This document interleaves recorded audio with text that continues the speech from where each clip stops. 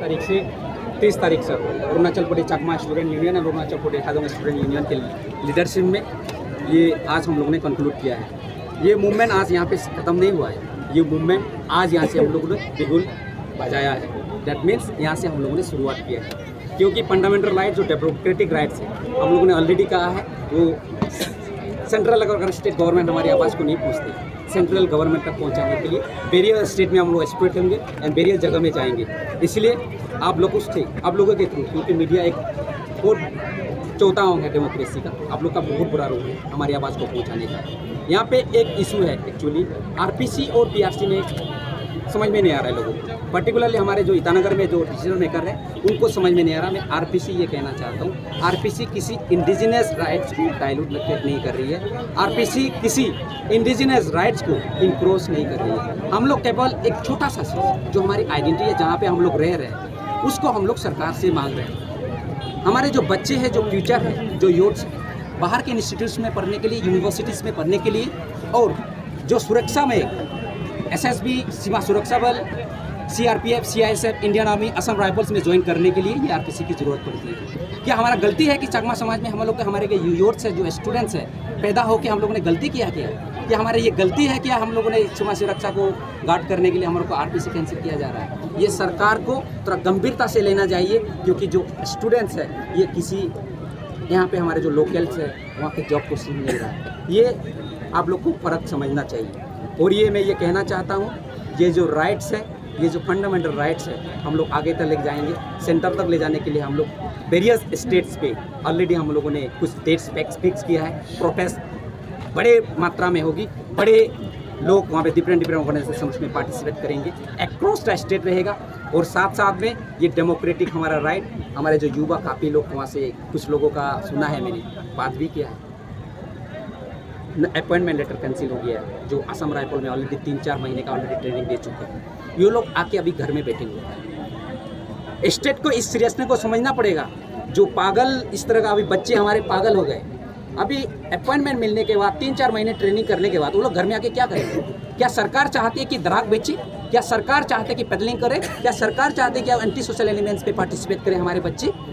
ये बोझ केवल चकमा समाज का नहीं है, हाजोंग समाज का नहीं है, ये बोझ पूरे स्टेट का है, ये बोझ केवल नेशन का होगा। इसलिए सरकार को हम लोग अपील करेंगे, जो आरपीसी है एज सुन एज पॉसिबल ये स्टोर करे, और जो वे उनको प्रेशर दे रहे हैं कि आरपीसी नहीं देना चाहिए, सरकार का काम है उसको समझाना, क्योंकि हम लोग we have already told that there is no encroachment of there is no dilation of indigenous rights with by giving RPC to the Chakmas and Hajong, ये हम लोगों ने ऑलरेडी कहा है। इसलिए मैं आपके थ्रू डेमोक्रेटिक राइट जो है, आप सरकार तक ये हमारी आवाज़ को पहुंचाइए, और ये आवाज़ बहुत बुलंद होगी, बहुत बड़े पैमाने पे दे जाएगी। और ये हम लोगों ने ये भी कहा है कि हमारी ईटानगर चलो कि हम लोग की भी मुहिम स्टार्ट होगी नेक्स्ट ईयर से। कब होगी, क्या होगी? आज 30 तारीख है, अगले 2 दिन के बाद 2023 आएगी, हम उसको बाद में अप्रोप्रिएट टाइम में घोषणा करेंगे। और ये भी है, अगर कोई भी अगर इस मुद्दे पे नहीं होता है, 2024 में इलेक्शन आ रहा है, असेंबली इलेक्शन भी होगी, जनरल इलेक्शन भी होगी, उसमें हम लोग वोट्स देंगे, लेकिन नोटा को देंगे और इतिहास ये बनाएंगे। हम ये करना नहीं चाहते, बाय बाध्य होकर करना पड़ेगा। अगर ऐसा होगा कि पहला जो कैंडिडेट होगा, जो पहला होगा, सबसे ज़्यादा वोट नोटा को मिलेगा। इस तरह आप सभी लोगों को सेंसिटाइज करने की ज़रूरत है। और हम जो पॉलिटिकल रिप्रेजेंटेटिव्स हैं उनको भी ये समझाना ज़रूरी है कि अगर 2 बच्चे आपस में किसी माँ बाप का लड़ते हैं तो आप समझाना आप लोग का काम है, क्योंकि सरकार अभी इस वक्त एक साइड को सुन के हमारे साइड को नहीं सुन रही है। इस तरह का लोगों में एक विद्रोह की भावना उत्पन्न हो रही है, वो विद्रोह की भावना को उत्पन्न ना होने देना भी सरकार का काम है, एडमिनिस्ट्रेशन का काम है। जो डिसीजन मेकिंग पॉलिसी मेकर्स है, जो पॉलिसी मेकर है, उनको इसमें संज्ञान में लेना चाहिए। आवाज़ बहुत बुलंद होगी। आज आप लोगों ने देखा होगा 8-10 हज़ार लोग यहाँ पे आए हैं। स्कूल हम लोग इंडिपेंडेंटली, हमारे बच्चों ने कहा है कि बोर्ड एग्ज़ाम आने वाला है, वो लोग बोर्ड एग्ज़ाम भी नहीं देंगे अगर इस तरह का कोई भी स्टेप नहीं लेते। हम लोग जितने भी हमारे बिजनेस इंस्टीट्यूट है, जितने में हमारे शॉप्स है, वो लोग इंडिपेंडेंट हम लोग बंद करने जा रहे हैं अगर सरकार कोई स्टेप नहीं लेने वाले है। इसलिए आप लोगों को आपके थ्रू सरकार के हमारी जो पीड़ा है, हमारी जो ग्रीवेंसेस है, मैं आशा करता हूँ वहाँ तक पहुँचेगी। Thank you. लेकिन आपने बोला कि आप बहुत बड़ा डेमोक्रेटिक मूवमेंट करेगा, तो उसमें आप कैसे पॉसिबिलिटी करेगा कि वो एक राइट में नहीं बदल जाए, एक पीसफुल रैली आप कैसे करेगा? वो तारीख को बता दो। सी हम लोग 23 तारीख से इतना बड़े लोग आ रहे हैं, 1000-1500 के लोग हर रोज यहाँ पे इकट्ठे हो रहे हैं। वी हैव एश्योर दैट हम लोग डेमोक्रेटिक मूवमेंट को सुन पहले से हमारे विगत 7 सालों से हम लोग फाइट कर रहे हैं। किसी ने नहीं सुना कि हम लोग जो अनडेमोक्रेटिक राइट, कोई anti social element, democratic way of movement को, डेमोक्रेटिक वे ऑफ फाइट्स को ये प्रियोरिटी देते हैं। हम लोग भी वही रखेंगे शुरुआत में आगे भी। अगर पॉसिबिलिटी, अगर राइट एक बड़ा राइट हो जाएगा, मतलब एक पीसफुल नहीं होगी, अगर कुछ हो जाएगा तो उसमें आप नहीं सुनेगी वो सरकार की है responsibility. All the responsibility will be goes to government only. अगर if you can not balance the government, if you can not balance your own people, that is your sole responsibility. कुछ भी अनटूवर्ड इंसिडेंट अगर होता है, fully responsible government होगा, उससे हम लोग, हमारा कोई लेना देना नहीं। सर जैसे वहाँ पर लिखा हुआ है बैनर में, आप लोग डिस्क्रिमिनेशन फेस करते हैं, तो आप लोग क्या डिस्क्रिमिनेशन फेस करते हैं? ये पर्टिकुलरली सिस्टमेटिक डेमोक्रेसी, ये सिस्टमेटिक डिस्क्रिमिनेशन है स्टेट के द्वारा। देखिए आरपीसी आपको भी पता है, किसी के लोकल इंडिजिनस को कोई डायलूट, ये राइट्स को ये डायलूट नहीं कर रहा है, ना इम्प्रोज कर रहा है। लेकिन सिस्टमेटिकली बस सरकार क्या कह रही है, किसी ने मुझे प्रेशर दिया इसलिए हम लोग को ये करना पड़ रहा है। लेकिन उस प्रेशर को आप, अगर वो कॉन्स्टिट्यूशनल है, कॉन्स्टिट्यूशन के दायरे में है, तो आप तो बोल सकते हैं, लेकिन दैट इज एक्चुअली अनकॉन्स्टिट्यूशनल। इसलिए मैंने कहा the government which has you have ये placed order, released order is discriminatory and illegal and against the constitution.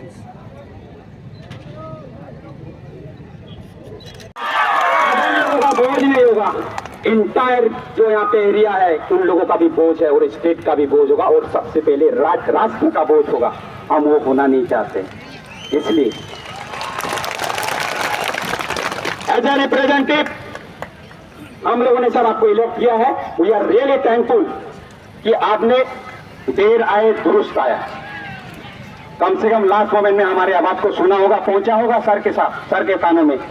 वो लास्ट मोमेंट पे यहाँ पे आए, कल पूछे मुझे कॉल करके कि मैं आ सकता हूँ क्या। मैंने कहा बिल्कुल आ सकते हैं सर, क्योंकि हम लोग तो बहुत चाहते हैं कि हमारी आवाज को आप सुने। तो इसलिए we are really thankful sir. काफी मीटिंग्स भी था आपका, सुना है, कैंसिल भी किया है। उस मीटिंग कैंसिल करने के बाद यहाँ पे आए हैं। We are really thankful. But यहाँ आने के बाद हमारा आपका क्या डिमांड है? We have elected you as a representative of our this particular circle and particular area constituency. एक लॉ स्टूडेंट होने के नाते मैं ये जानता हूँ, जो रिप्रेजेंटेटिव होता है वो असेंबली या पार्लियामेंट में जाकर हमारी जो ग्रीवेंसेस होता है, हमारा जो मुश्किलें होता है, वो सबके साथ, सरकार के साथ साझा करने का काम होता है। इसलिए एज ए रिस्पॉन्सिबल एमएलए हम ये आपसे रिक्वेस्ट करेंगे कि हमारी आवाज, हमारी जो अनहार्डेड, हमारी जो किसी ने हमारी आवाज सरकार तक, किसी मिनिस्टर साहब तक, आपके जितने लेजिस्लेटिव असेंबली के कलीग्स हैं उनके साथ साझा क्यों करेंगे, कब करेंगे और कैसे करेंगे? क्योंकि इसमें आप जब कहेंगे, वहां पे अपने लोगों को कहेंगे, अपने रिप्रेजेंटेटिव, अपने पॉलिटिकल कॉलीग्स को कहेंगे, हमारे सीएमओ साहब को कहेंगे, हमारे गवर्नमेंट जो डिसीजन मेकर्स है उनको कहेंगे कि आरपीसी और पीआरसी में बहुत फर्क है, क्योंकि आरपीसी किसी इंडिजिनियस राइट्स को, किसी इंडिजिनियस राइट्स को इंक्रोच नहीं कर रहा है, ना डायलूट कर रहा है। हम किसी के राइट को अतिक्रमण नहीं कर रहे हैं मित्रों।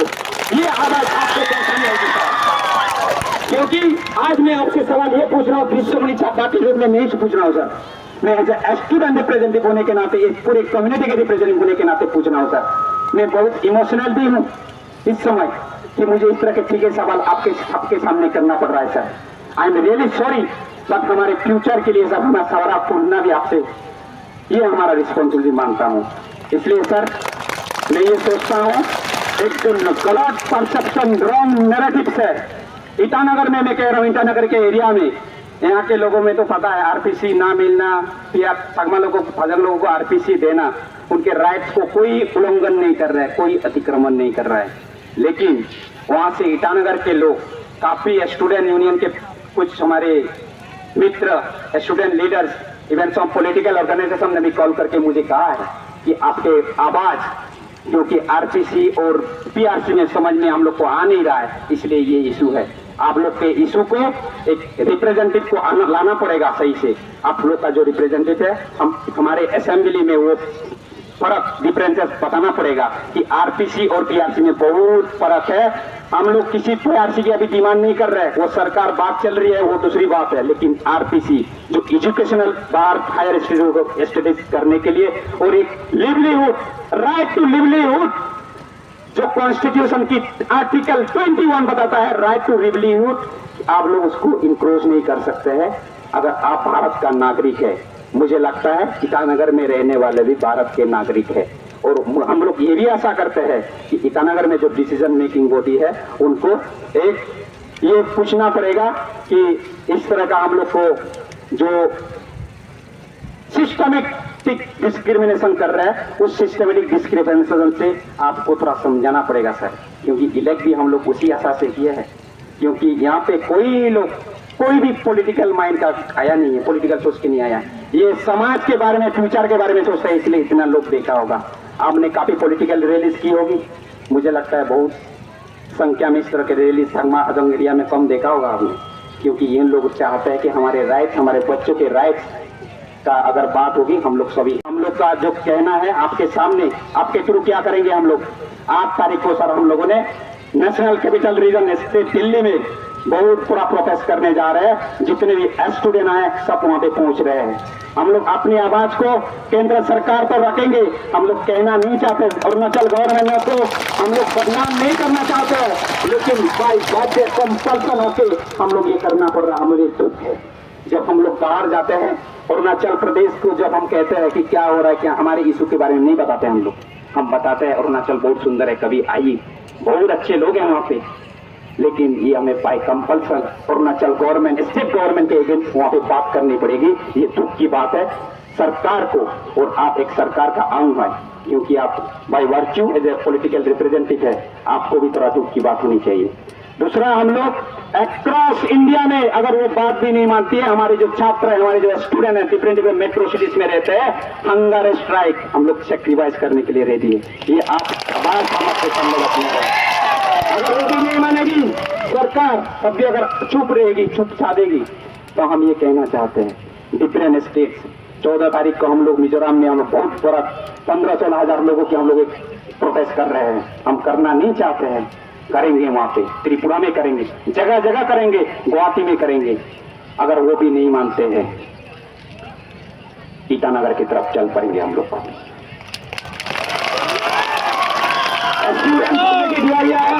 जितने डीआईएस है, जितने गाड़ियां इस एरिया में है, जितने ट्रैक्टर है, सब रेडी है।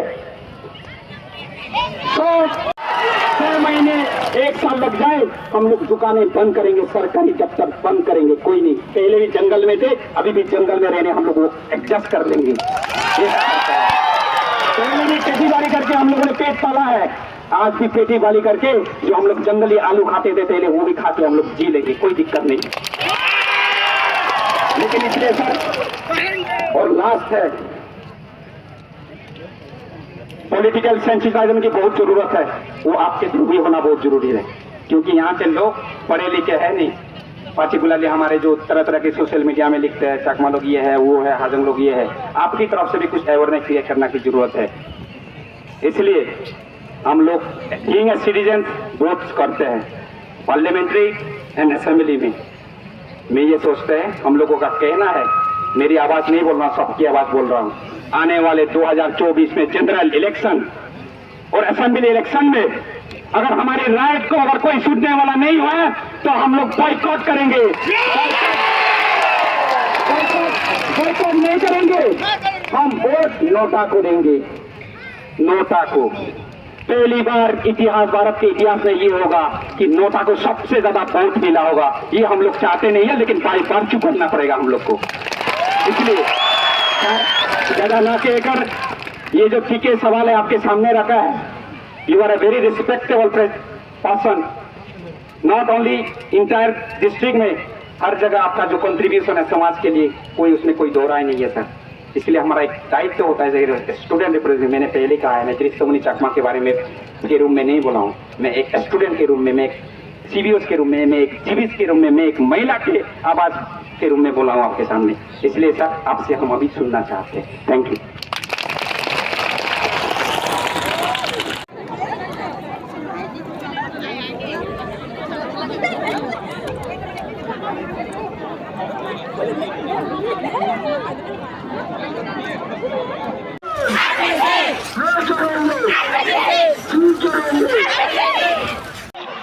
थोड़ा सा आगे जाइए गाड़ी प्लीज, थोड़ा सा आगे जाइए, उधर कॉर्नर में जाइए, कॉर्नर में जाइए।